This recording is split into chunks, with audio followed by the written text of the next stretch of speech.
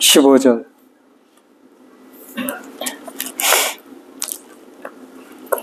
같이 한번 읽겠습니다. 민수기 4장 15절 시작.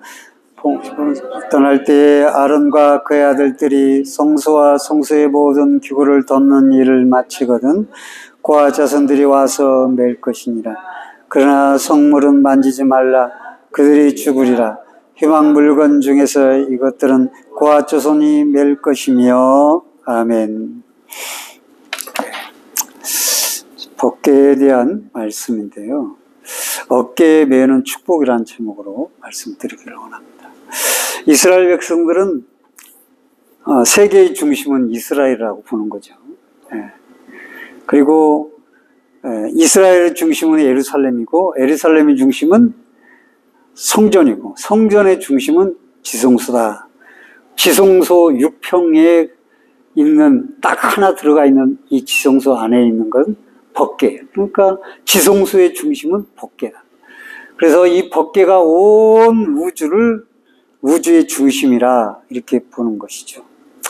그렇게 왜 법궤가 중요한가 그들에게? 그건 하나님의 자녀로서 출애굽기 25장 22절에 보니까 하나님이 거기서 내가 너와 만나고 그랬습니다. 법궤가 왜 중요한가? 다른 거 다 필요 없어요. 하나님이 범죄한 인생 가운데 그 민족을 택하시고 그들과 만나겠다고 하는 거예요. 그 지점이 법궤라는 겁니다. 그러니까 그 법궤가 굉장히 중요한 거예요.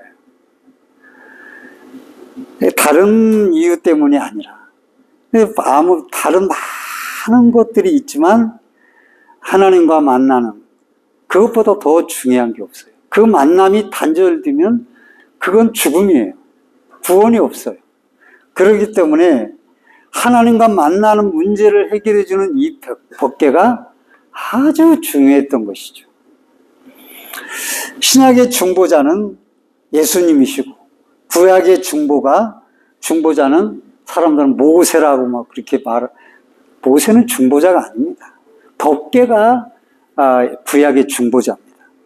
신약은 예수님에게서 하나님과 인간이 만나고 구약에서는 법궤를 통해서 하나님과 인간이 만나는 거예요. 다른 것은 아무것도 없어요.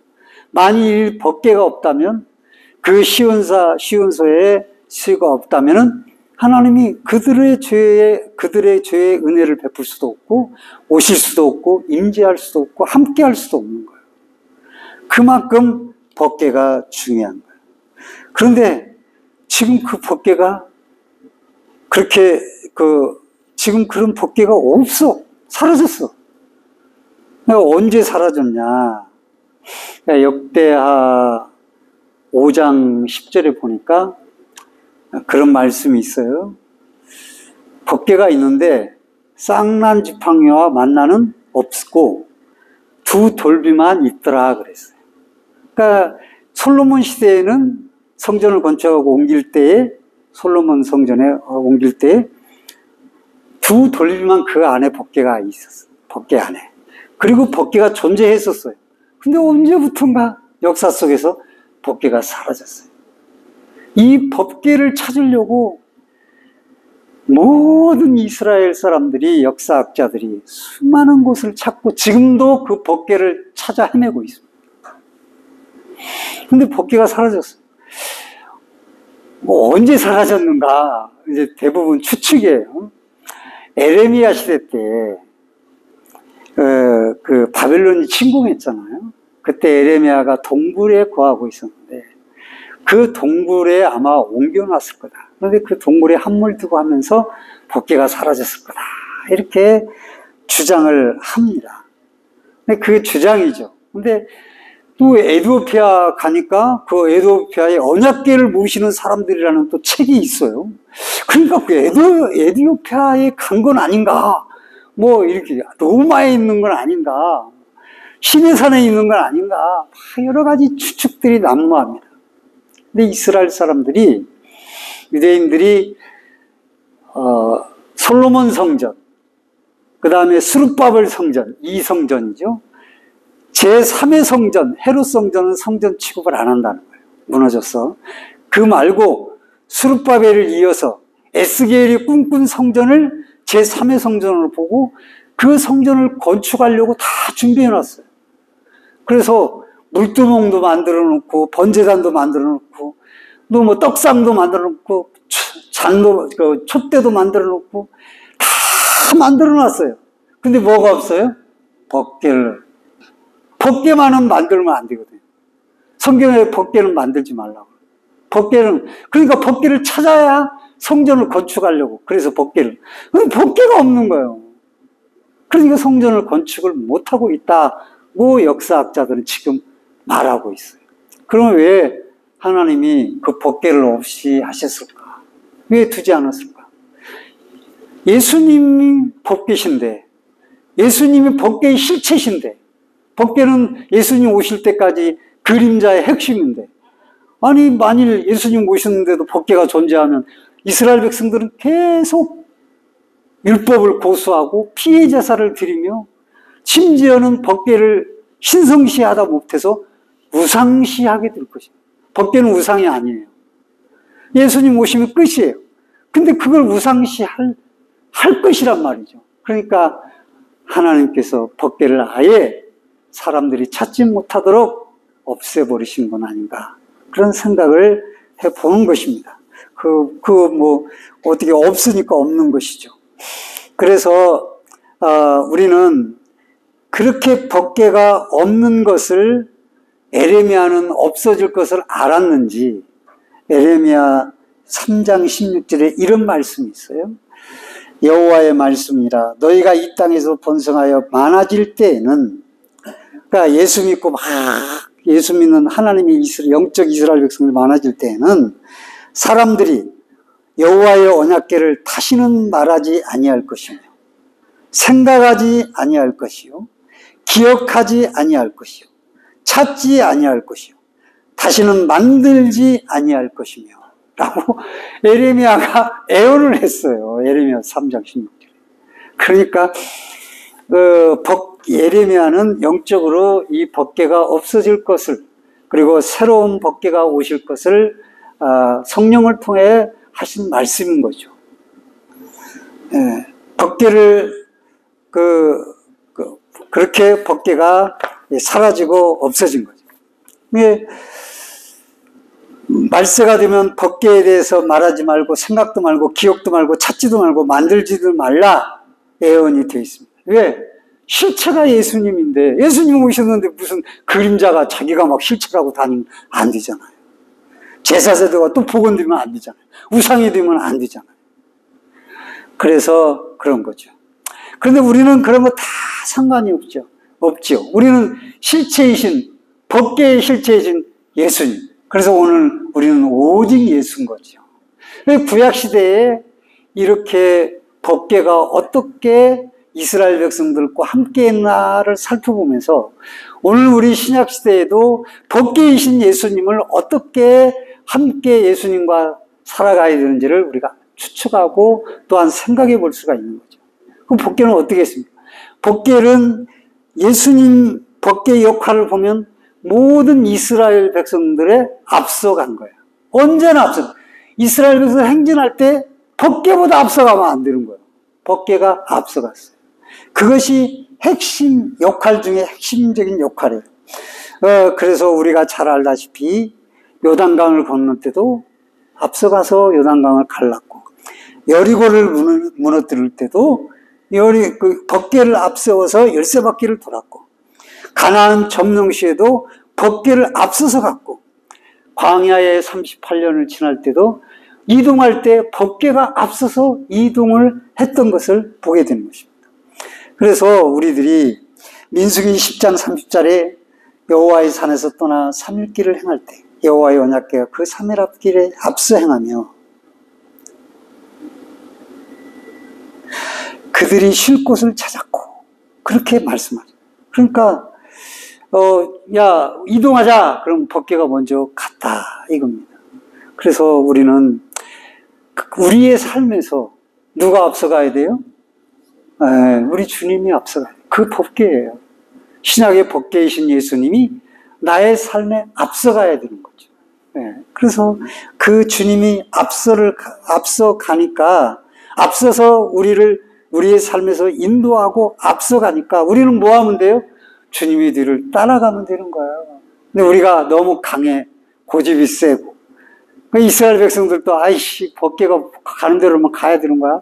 우리는 더 여기 있고 싶은데, 또 머물고 싶은데, 우리는 빨리 가고 싶은데, 그러나 법궤가 하는 대로 가야 되는 거예요. 그게 우리의 어떻게 운명, 숙명, 그런 삶이 우리의 삶인 거예요.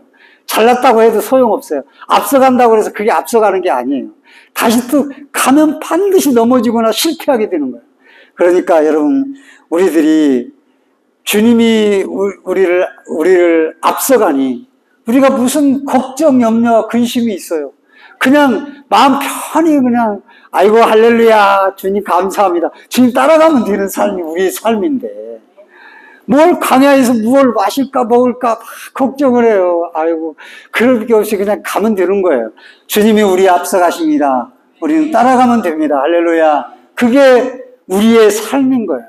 그게 법궤의 역할이에요. 두 번째 법궤의 역할은 이스라엘 백성들에 따라서 이스라엘 백성들의 중심이었다. 중심은 가운데라는 거죠. 언제나 이동하다가 머무르잖아요. 그러면 머무르면 착각 와가지고 지파별로 쫙 법궤를 가운데 딱 둔 거예요. 그래서 그 중앙에 법궤를 놓고 각 지파들이 12지파가 나눠서 세 지파씩 이렇게 중앙에 법궤를 모시고 중심에 진을 치게 됐다. 법궤가 중심에 놓이게 돼 있어요. 신앙생활에 언제나 우리 중심은 내가 중심이 아니라 우리 주님이 중심이 되어야 될 것을 가르쳐 주는 거예요. 그런데 가운데만 놓고 밖에서 자기들 딴짓하고 있고 그러면 안 되는 거죠. 그걸 우리에게 가르쳐 줘요. 네. 그 삶의 중심, 심령의 중심. 그게 세 번째는 언약궤는 따라합시다. 하나님과 백성이 만나는 곳이다. 출애굽기 25장 22절에 거기서 내가 너와 만나고 속지소위 곧 증거궤 위에 있는 두 그룹 사이에서 내가 이스라엘 자손을 위하여 내게 명할 모든 것을 내게 이르리라. 오늘 우리는 그렇게 말씀하셨어요. 그래서 오늘 우리는 예수님 때문에 하나님의 자녀가 되고 또 예수님 때문에 언제나 하나님이 나와 동행하는 그런 삶을 오늘 사는 거예요. 이스라엘 백성들은 법궤를 알고 법궤와 함께 동행하면 하나님이 나와 동행하는구나. 그러니 그 법궤 중심에 놓여 있는 삶을 살아가면은 하나님이 나와 동행한다는데 주변에 아무리 많은 족속이 덤벼도 그 신발이 헤어질까 걱정하면서 의복이 떨어질까 걱정하면서 물론 우리가 살면서 어떤 옷을 입지 뭐 이런 생각을 하는 경우가 있지요. 그런 걸 말하는 게 아니고 근심에 빠져서 뭐 염려에 빠져서 살지 말라 그런 거. 왜? 하나님이 나와 동행하시기 때문에. 그게 법궤예요. 법궤로 인하여 하나님이 우리와 동행하시는 거예요. 그러니까 내가 예수를 믿으면 하나님이 나와 동행하는 거예요. 이 세상이 광야 생활이에요. 동행하는 거예요. 근데 예수 믿는 사람이 너무 근심이 많아. 얼굴이 새파랗게 되고 너무 낙심하고 좌절하고 그런 삶을 너무 많이 살아요. 네. 그런 것을, 그러니까, 그리고 그 법궤가 말이죠.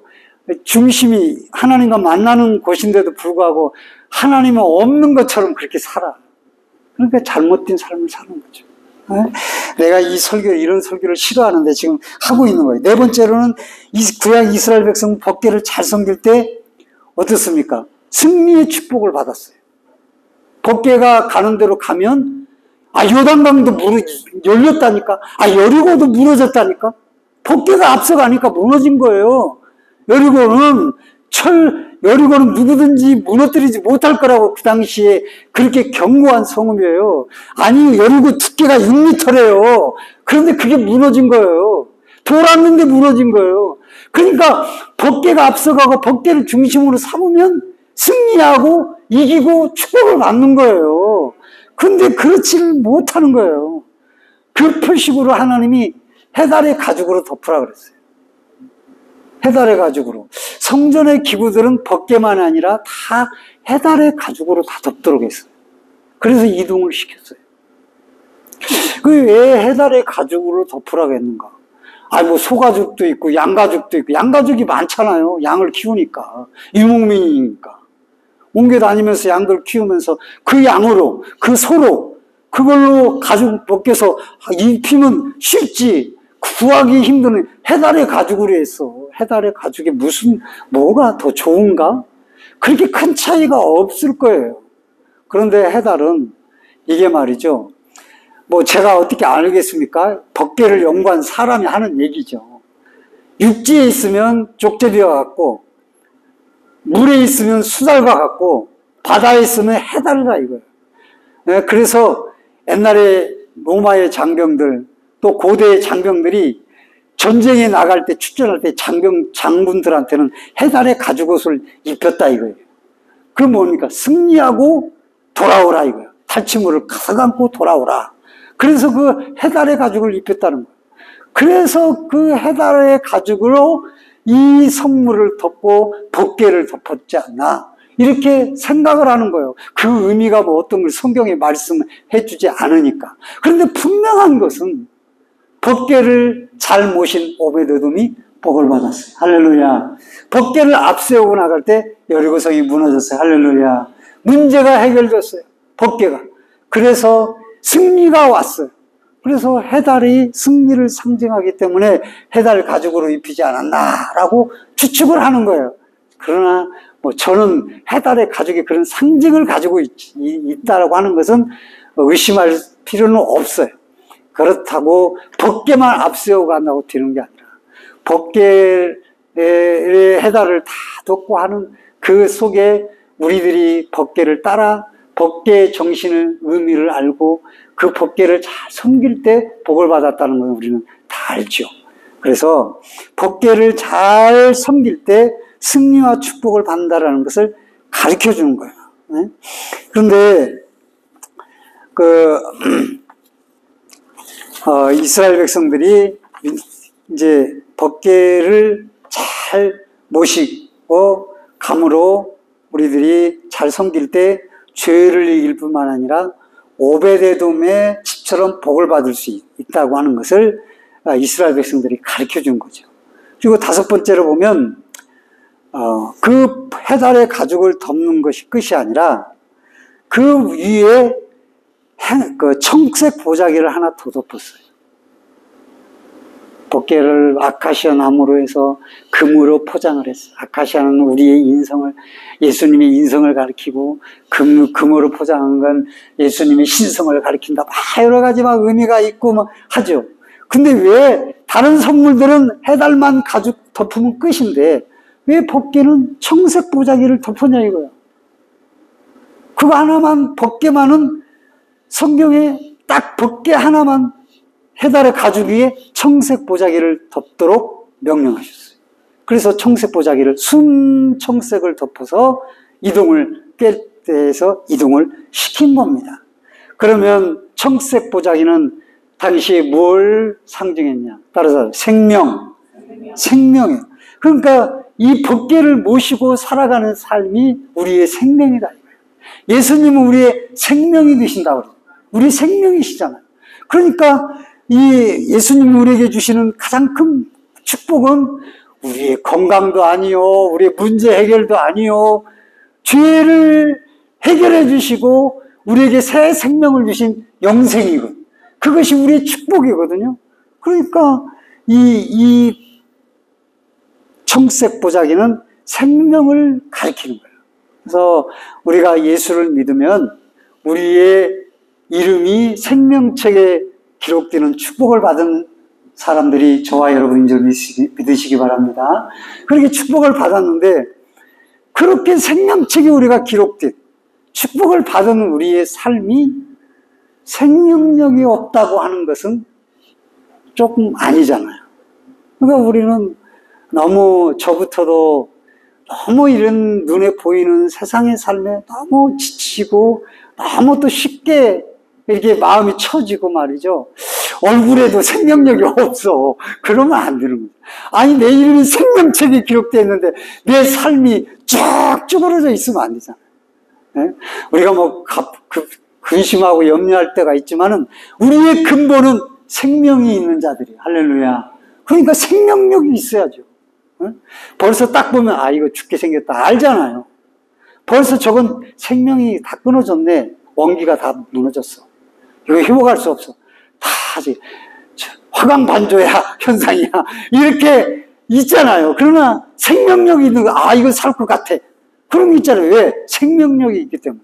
예수 믿는 사람은 삶에 다 생명력이 있어야 되는 거죠.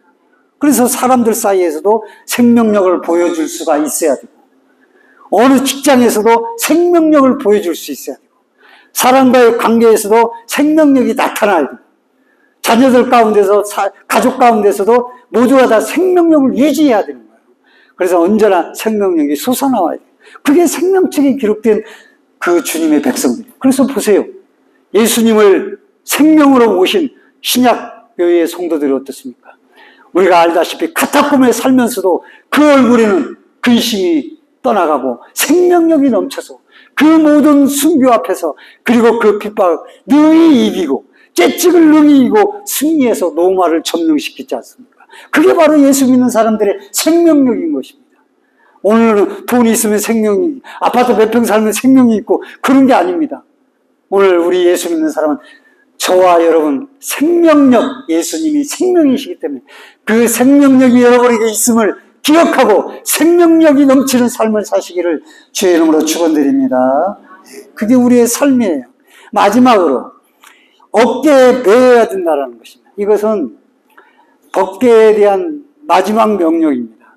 우리가 할 수 있는 마지막 명령이에요. 자, 모든 법궤만이 어깨에 매는 거 아니에요. 다 어깨에 매야 돼요. 성물들은 다 어깨에 꿰를 채서 매게 돼 있어요. 야, 번제단, 그러면 어느 자손이 들어 해가지고 몇 명이 들어, 무게에 따라서 크기에 따라서 다 맡아서 있어가지고 그걸 매도록 했습니다. 법궤, 보아자손의 어깨에 매서 가. 네 사람이 매고 그걸 갔어요.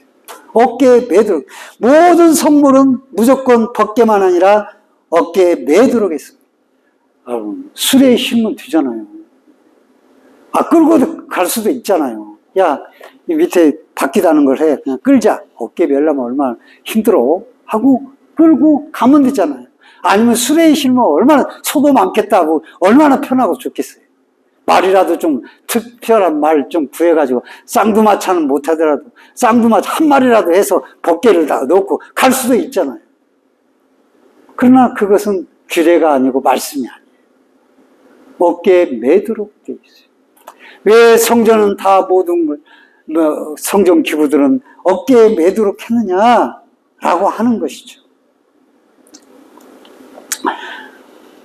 다윗이 법궤를 옮기다가 실패한 후에 이렇게 역대상 15장 13절에 말씀해, 전에는 너희가 매지 아니하였으므로 우리 하나님 여호와께서 우리를 찢으셨으니 이는 우리가 규례대로 그에게 구하지 아니하였습니다 하니, 그 법궤를 그 뒤로 그걸 알고 어깨에 매여 예루살렘 성으로 갔다고 하는 것입니다.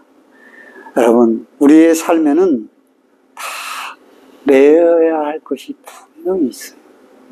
그걸 회피하거나 또 그걸 쉽게 처리하려고 하거나 그걸 또 편하게 어떻게 넘겨보려고 하거나 남에게 떠넘기거나 그렇게 해서는 안 돼요. 따라서 내가 져야 될 짐을 져야 한다. 짐을 져야 돼. 왜?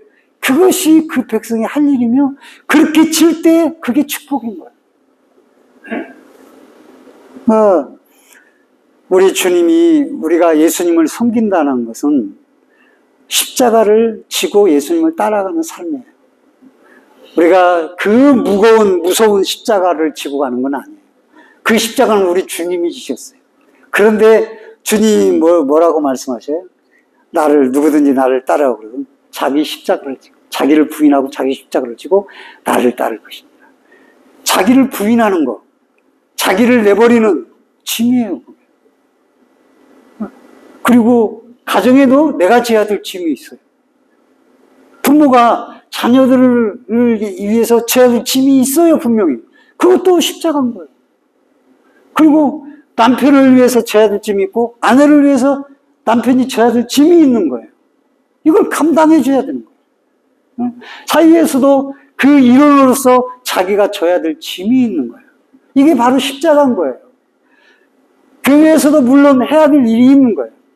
그게 십자가인 거예요. 아이가 안 보면 그만이요. 그런 게 아니에요.